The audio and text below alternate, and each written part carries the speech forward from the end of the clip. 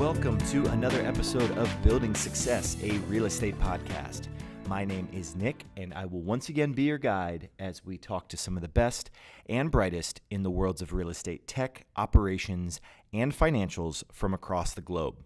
This podcast would not be possible without listeners like you, so if you like what you hear and want to hear more of it, please subscribe wherever you listen to podcasts and give a like, a share, a review. All of that helps us know how we're doing and bump us up in the rankings so more people can listen to the content. So today I'm joined by Melina Cordero. She's the global head of retail research at CBRE. And CBRE recently put out a report on omnichannel real estate. And in it, there was a lot of really good nuggets, tidbits, and facts about kind of the future of retail, how e-commerce has come into play, and really how there is not necessarily a death sentence for the brick and mortar retail store. And there's a really great opportunity for those willing to embrace it, the merger and integration of e-commerce with the brick and mortar retail to be successful. We talk about different trends, different generational gaps, how Generation Z is coming into play with this, and a lot of really good advice from Melina on what you can do as both a retailer or as a property manager, landlord, to combat maybe your fears around e-commerce and how to be prepared for where the future is going in retail. So I hope you enjoy, and without further ado, here is Melina Cordero. Thank you, Melina, for joining me today. Well, thanks to you for having me. And I'm super excited to talk to you. I read an article that you authored. I guess it's more of a report that you authored and an article that I read with CBRE regarding the omni-channel real estate. And before we actually get into that, I wanted to start with you, Melina. If you could give me a little bit about your background, what brought you to CBRE, and ultimately to our conversation today. Sure, I'd be happy to. So right now, in this moment, I am the head of retail research for the Americas and most recently now for our global team. So covering retail, everything retail, really, from the Americas across the world. And what that means is that I'm essentially charged with understanding everything that's happening in the retail and real estate markets, whether that touches on consumers, whether it's spending, whether it's economic growth, down to e-commerce and down to what's happening with the asset types themselves, malls versus stores versus high streets. So it's a wide gamut, and I kind of got here in a bit of a circuitous route. And I was studying urban planning in graduate school and fell into the mall world, where I was studying a lot of mall development, which I thought was fascinating, all over the world. And from there, kind of ended up in the retail world, worked in market research for a bit. From there, went to work for a startup. So I was working in the tech world, where we were looking at massive mobile data and tracking mobile phones and understanding in the very early days of that technology how you can harness that data to understand consumers and understand movement in the shopping center space, which was very interesting and is definitely a growing field. Yeah. And from there, about 3 years ago, I joined CBRE.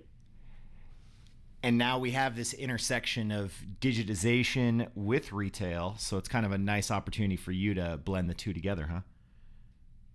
Absolutely. I think technology and data have become two buzzwords, not just buzzwords, I mean, really big trends in the industry. And everyone in retail, whether you are a consumer, a retailer, or an investor owner of property, you're looking at data and technology differently and trying to understand how you leverage that for your business or for your growth.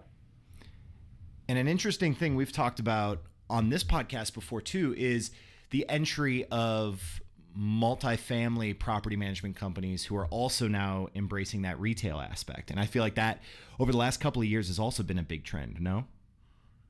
There's a huge trend in that, and there's an almost we refer to as a live, work, play trend that also touches on amenitization. So you have these large mixed-use projects where multifamily and office on the, say, upper floors are realizing that having retail on a ground floor really gives them a leg up and an advantage in attracting talent or attracting tenants, whether you're an office tenant looking to get the best employees or a multifamily unit looking to get the highest, paid renters. To have ground floor retail that is compelling and interesting, whether it's a cool new cafe concept or a great grocery store or a really cool retailer, that gives you a competitive advantage. And so you get more and more of these mixed-use developments that are looking to mix up the offer, have retail on the ground floor, and then be able to provide those people who are living, working, playing there with apps and technology that allow them to seamlessly move between uses. So work upstairs, order your coffee on your phone, go down and pick it up, or have it delivered. So tech and data are really big in that. And let's talk tech and data, because that is kind of the basis of me finding you and this definitive guide to omnichannel real estate that you authored. Before we get into some of the findings, which I think is really interesting and cool, why did you guys decide to put this report out? That's a great question. Well, e-commerce and omnichannel are obviously huge topics in the industry. We're seeing them everywhere. There's a lot of conversation about it, a lot of questions, I'd say more questions than answers. And as we, from a research perspective, start digging through the data to understand what's going on and how it affects the industry, what I realized was in those conversations, in those headlines, there's actually a lot of misconceptions. So what this guide was meant to do, this project, and really it's living on, is to cut through that noise, separate myth from reality, and really provide some answers to the key questions everyone's asking. What is e-commerce? What does it mean for the business? What does it mean for the future of retail? And then I think the other really interesting thing that I found as I've done research in this area is that there's no one central repository. I think if someone wants to go and understand what is e-commerce and how is it impacting the retail sector, there's no central hub. And so what we wanted to do is provide a place that had credible, data-driven responses to the key questions the industry is asking in an easy, convenient one-stop shop. And so that's what we've been building here. And I really want to jump into what I feel might be one of the big questions, and that's about e-commerce and its effect on retail, because I think a lot of people assume that e-commerce is coming in and destroying what has always been this brick and mortar retail business. And according to your report, that's not necessarily true. So I'd like to start there, especially, again, going back to multifamily property managers who might be thinking about putting in retail, commercial properties that are looking to extend their retail operations. There might be some apprehension regarding opening up some new retail shops with the e-commerce explosion. But according to you guys, it's not really the death of retail. Can you dive into that a little bit? Absolutely. And I adore this question because it gives us a chance to really, like I said, cut through the noise and myth bust a little bit. I feel like I should have a cape on when I do this, like myth busting. But so this myth around e-commerce ruining retail is fascinating. And I've come up with a term for it. I call it the e-pocalypse, which I think is always fun. But the e-pocalypse myth is that exactly what you said, right? That brick and mortar's dead, everyone's going online, and there's no future for retail, so everybody flee. And that's not the case. So what we found, and first of all, at your very basic data point, everyone thinks e-commerce is taking over. E-commerce is still less than 10% of the retail market, of all retail sales, right? It's still a small portion, and it's smaller than in many other countries. It's growing, yes, but it's still very small. And what I found the most fascinating kind of myth-busting fact around e-commerce is that of that 10%, it's about 9.5% today, of that 9.5% of retail sales that are taking place online, everybody assumes it's these online-only e-tailers, and that's not true. Actually, 50% of the online sales today are the online sales of brick-and-mortar brands. So, and we see that share growing. So there's a big myth that online is taking over. If you calculate this out, those e-tailers, those players that only operate online businesses, is actually less than 4% of the overall retail market, according to our calculations. So the threat that we're talking about here needs to be put in perspective with those numbers, first and foremost. And then we know that brick and mortar brands, all those brands we traditionally associate with physical stores, they've been investing heavily in their e-commerce platforms, right? So when you look at brands like Nordstrom or the Urban Outfitters umbrella of brands or the Williams-Sonoma, we're looking at 25 to 53% of their revenue is coming from online. So I like to challenge the question of, is e-commerce taking over brick and mortar? And I flip it and I ask, actually, is it the other way around? Could we be saying that brick and mortar retailers are actually learning to take over e-commerce and leverage it to their advantage? So that's one of the first points I like to make around e-commerce and myth busting. And so what's funny to me is that if you then take that model and spin it the other way, you have these e-commerce sites like Amazon that are beginning to open up stores for easy pickup. And then they're the ones that were originally trying to take away from those brick and mortar retails, now creating brick and mortar stores for that convenience factor for the ultimate consumer. Absolutely, and that's one of the most compelling examples to illustrate the point that the store is not dead. What we had was this growth of these online-only players that were interested in creating a retail business model that was streamlined, focused on logistics, and didn't involve real estate costs when it came to the store. And the assumption being that it would be cheaper to run a business like that, more efficient, and you could offer better prices to consumers. And what these players have found is that while consumers like the ease and convenience of online, they prefer having access to both the store and online. So the online-only players have found that actually to surpass a certain level of revenue and revenue growth, they really do need the store.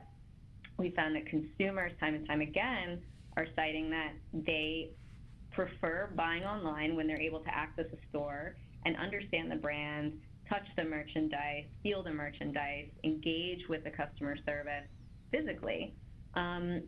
It's also interesting to note that a lot of times we assume it's cheaper to run an online business than to run an in-store business. And that's actually false in a lot of cases. The costs associated with delivery and returns of online orders are tremendous, very, very high, especially when we're talking about returns. Because in most cases here in the U.S., we're not paying for shipping, and we're certainly not paying for returns.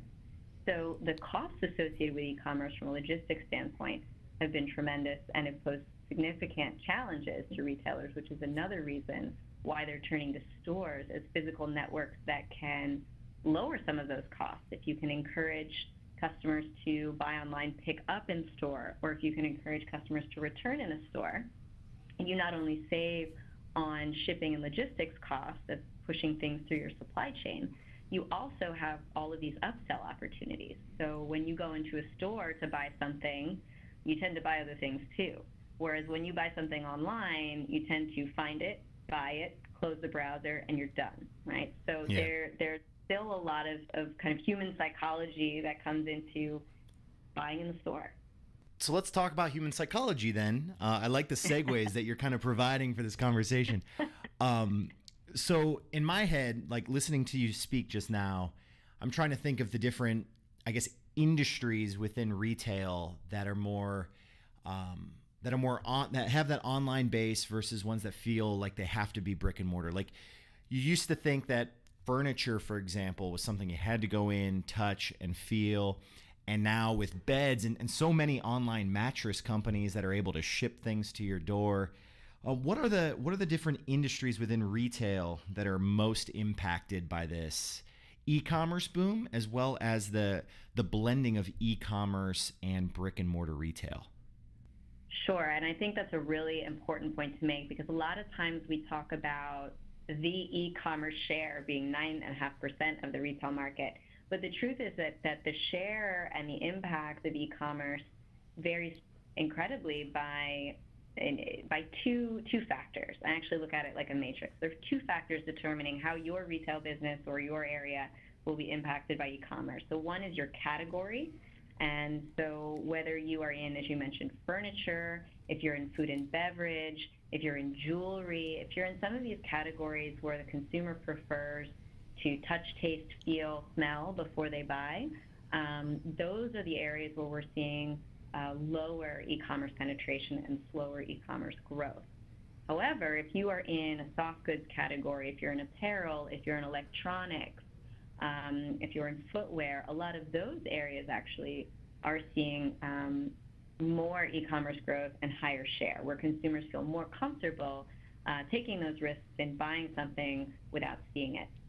Now, the other element, the second factor that impacts how much e-commerce is going to play into your business is your price point. And this doesn't get talked about enough, I think. When you look at a pricing spectrum, you've got, to simplify it, low price, value, discount, mid-range, and then high-end, everything from kind of high-end to luxury. Now, the mid-range is the area where e-commerce is highest. So when you think about brands and goods that you're buying, people tend to be most comfortable going online for that mid-price range. When you go down to the discount end, or when you go up to the high end, is when people actually are going into the store. So a lot of those brands and companies that are sitting on those two ends of the pricing spectrum actually have pretty low e-commerce rates. One of the reasons for the discount and value end is that in order to keep prices low, those companies aren't doing a lot of online, because that raises the costs and then would raise the price to consumers. And consumers are also we're willing to go into the store when there's a bargain or a discount that entices us in. And then, of course, on the luxury and high end, when you are dropping a large sum of money on an item, whether it's a purse or a pair of shoes or a television set, you are preferring to see it. And you also have the fact that with luxury in particular, there's a huge emphasis on the store experience. So you're going to go in, you're going to be catered to, you're going to have a glass of champagne, you're going to have a store experience that's very unique and distinct and that draws people in. So that's funny, because as you were talking this time, I think about that as well. It's for that lower end and that higher end, it becomes more important for some of these companies to now embrace both the e-commerce and the brick and mortar to help service somebody who may be wanting to touch and feel, but maybe make that ultimate purchase price online. Absolutely. Everybody, no matter where you sit on that price spectrum and what category you're in, needs to be thinking, how do I integrate my digital and my physical? And how they do that is going to change, right? If you're a luxury brand, one of your main concerns is making sure that you have a tight control on your customer experience from beginning to end. And how do you control the experience that a customer has with your brand, shipping something and dropping it off at their doorstep? So how do you control that luxury experience and make sure the customer has that high-end, end-to-end feel when you are dropping something off on their doorstep? That's a challenge for them. But being able to provide digital interaction, I think that looking forward, technologies like virtual reality, a lot of data and analytics that allow brands to predict what a consumer wants, all of those are going to play into how different brands and companies leverage digital and physical networks to provide a truly omni-channel experience. So we've been talking a lot about the retailer and what they can do to embrace the e-commerce and embrace the different technologies. If I'm a property manager listening to this podcast right now, and again, it could be multifamily with that new trend, it can be commercial, property managers who are trying to extend their properties and open up to retailers, what should be top of mind for them given this phenomenon? And I'm thinking along the lines of, they might be afraid if they have historically had percentage rents with their retailers, that might be changing, that model might be changing with the e-commerce introduction. What is it that they should be thinking about? Everything you said and more, right? That's the simple answer. But everything you said and more, because this is not something that just affects retailers. This affects everybody up and down the retail food chain, if you think of it that way. First and foremost, I preach to the industry on the landlord side that you need to be thinking about tenant mix. I don't think this is something that's talked about enough, but as we just talked about how e-commerce impacts different categories and different price points and different brands differently, you as a landlord or as an owner need to understand how your tenant mix is going to be affected and how vulnerable or exposed your tenant mix is to online encroachment, right? Mm-hmm. So classic example is your typical regional mall. And regional malls, of course, 400 to 800,000 square feet, anchored by 2 to 4 or 5 department stores. The ones that have been in the media with a lot of dark headlines that the mall is dead. That's what I'm thinking of with the regional mall. If you look at the average regional mall in the U.S., about 50% of the GLA is department store, and about 58% of the inline space, the remaining space, is apparel and accessories. Now, that's a problem because now you're talking about having about 75% of your GLA dedicated to categories that are very low growth and also very high for e-commerce growth. So in the regional mall space, one of the biggest challenges is a tenant mix issue. There's a mismatch between what the tenant mix as it was built 70 years ago looked like and what it needs to look like today. And so tenant mix is a huge factor that landlords need to be thinking about, and in many cases shifting towards higher growth categories, lower e-commerce. And another area that landlords and owners absolutely need to be thinking about is convenience. So the number one reason consumers shop online, and this is found survey after survey, is convenience. It's not pricing, it's that it's easy, it's fast. So what retailers and landlords need to be thinking about is how do I make the shopping experience in my physical property as simple and as easy and as pain-free as possible? And that's everything from parking to finding the store to finding the facilities to getting back to your car and driving home. And so landlords are investing in technologies, in apps, in redesign that facilitates the whole shopping experience and makes it super easy, because at this point in time, when we've gotten so used to the convenience of online shopping, we're carrying those expectations into the store, into the malls, into the shopping centers, and landlords have to step up and provide that. A third area I would mention is probably the most talked about, which is convenience. Sorry, experience. I was talking about convenience. So experience is really important because about 10 or 15 years ago, when you wanted to buy something anywhere, you had to go to the store. You didn't have a choice. It was an obligation. But today, when you want to buy something, you have a choice. And so going into the store is no longer something you have to do. It's something you choose to do. And that really flips the strategy for retailers and for landlords, and you no longer can just rely on the fact that consumers need you. You have to convince us to come in. And so in that context, retailers and landlords are really having a focus on creating an environment and experience that is unique, distinct, and worth us coming in. So are there any other things from the report that you found interesting you'd want our listeners to know about? Sure. I think there's one area that is touched on in the report and that we're exploring further, which is around Gen Z, which is the generation that comes after the millennials. And I think millennials get a really bad rap in the news, and we don't have the best reputation out there in terms of what we're doing to the world and to retail specifically. We're not that bad. But what's interesting is a lot of the research that's coming out right now around Gen Z, which is about 11 to 19-year-olds, and how they want to shop. And there's a really interesting emphasis on the store, where we assume that the younger generations are all digital natives and only want to do everything online. But actually, there's a really strong desire for physical retail and almost a return to the store and a demand for the store. So I think it's going to be really interesting to see and track this trend over time, and really makes me quite optimistic about the future of the store and the future of retail in general, that we have a even younger consumer base that's coming up, still very much wed to brick and mortar. The return to malls and mall rats. Perhaps, but the mall will look different. Yeah, all with full Wi-Fi accessibility. Full Wi-Fi, mobile apps, fountains, benches, placemaking, everything.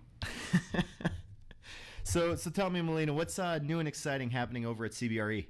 All sorts of things. Well, on the research side, we are continuing to expand all of our e-commerce and omnichannel research, and we're expanding this hub that we've built around omnichannel to include global content. So we're going to have interesting insights from across the globe and how this is varying by country and by market. We also are expanding our innovation hub, which is a similar initiative where we're looking at instances of innovation across retail, whether it's technology and data or in-store design.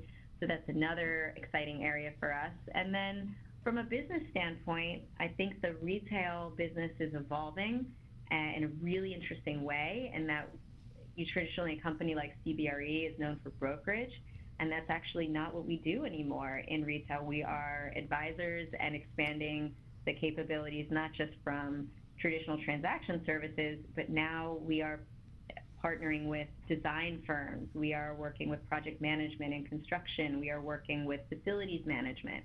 And I think one of the most interesting partnerships we've done recently is with a company called StreetSense, which is based here in DC where I am, that does a lot of work with brands and design of physical spaces and placemaking, and just goes to show how not only is the retail industry evolving, but all of the companies and businesses that service retail are evolving with it. And I think it's a really exciting place to be. Well, thank you so much, Melina, for joining me today. I really appreciate our talk. Well, thank you. This was fun. And if you'd like more information on Melina and CBRE, you can check out their website at cbre.us. And I think we'll leave a link to their retail innovation page, as well as that report we were referring to in the show notes. So you'll be able to find it there. And until next time, we will see you later.